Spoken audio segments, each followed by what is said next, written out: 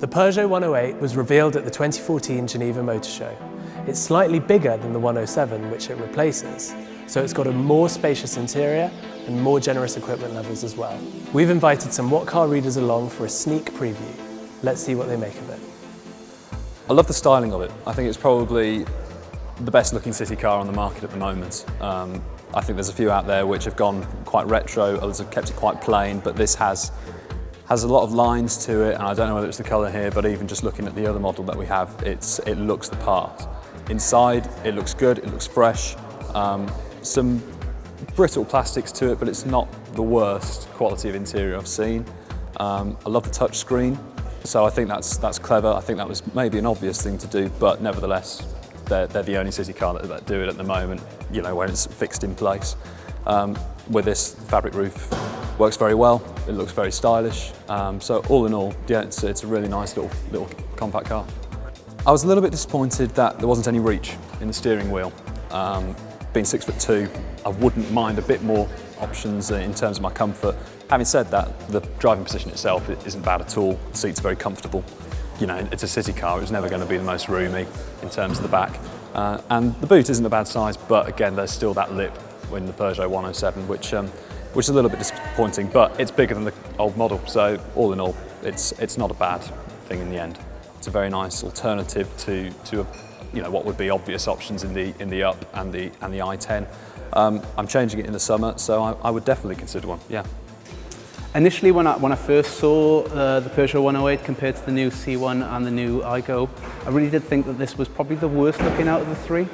But now that I've seen her in person, I've generally flipped a little bit, and I think this is a really striking car. It looked really nice. The interior looks really top quality.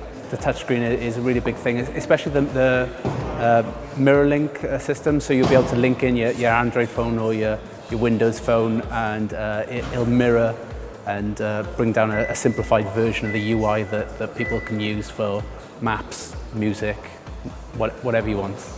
And I think that'll be a really big thing going forward in the future.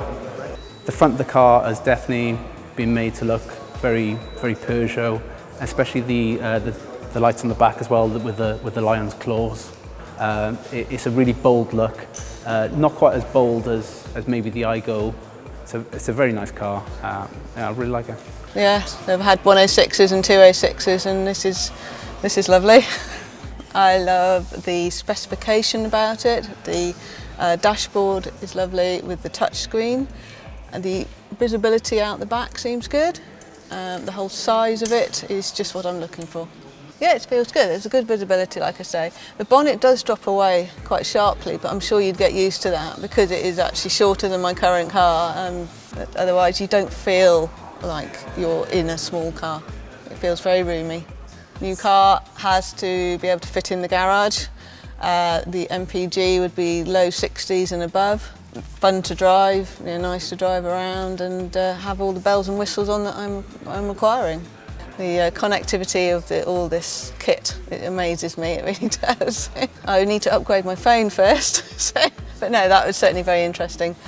I think the outside looks like a Peugeot. It's sort of instantly recognisable, but I think the inside is a bit more Toyota than Peugeot. I think more than anything I like the way it looks.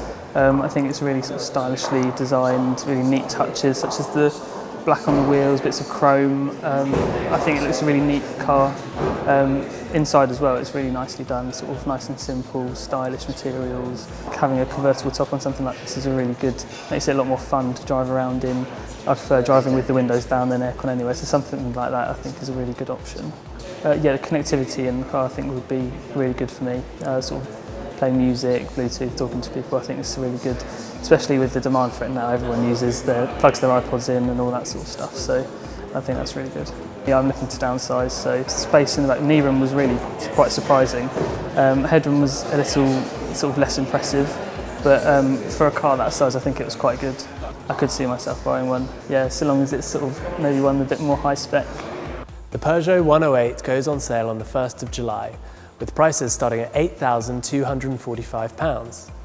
3 and 5 door versions are going to be offered, and both will be available with the folding fabric roof. We're going to be driving it in the coming weeks, so look out for that first drive on whatcar.com.